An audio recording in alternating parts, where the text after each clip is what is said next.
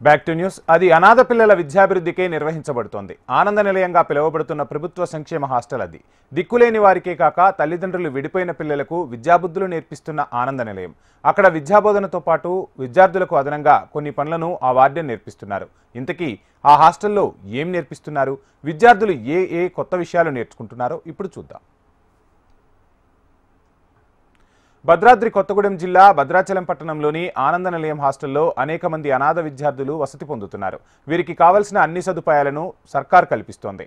వీటితో పాటు hostel warden Prasadarao వసతి పొందుతున్న విద్యార్థుల పట్ల ప్రత్యేకంగా దృష్టి సారించారు.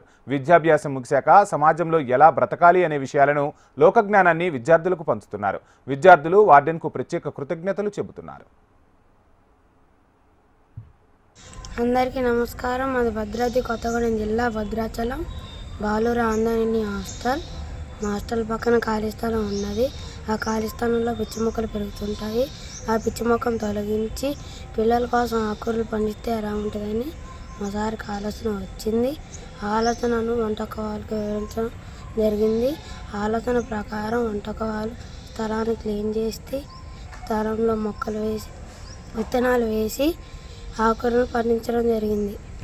ఇవే ఆకుకూరలను మాకు వంటలో వేసి మాకు పెడుతున్నారు.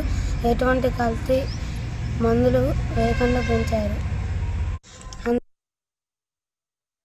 హాస్టల్లోని ఖాళీ ప్రాంగణం మొదట పిచ్చి మొక్కలతో నిండిపోయి ఉండేది. దీన్ని గమనించిన హాస్టల్ వార్డెన్ అక్కడ పరిసరాలను క్లీన్ చేయించి కూరగాయలు సాగు చేస్తూ విద్యార్థులకు శిక్షణనిస్తున్నారు.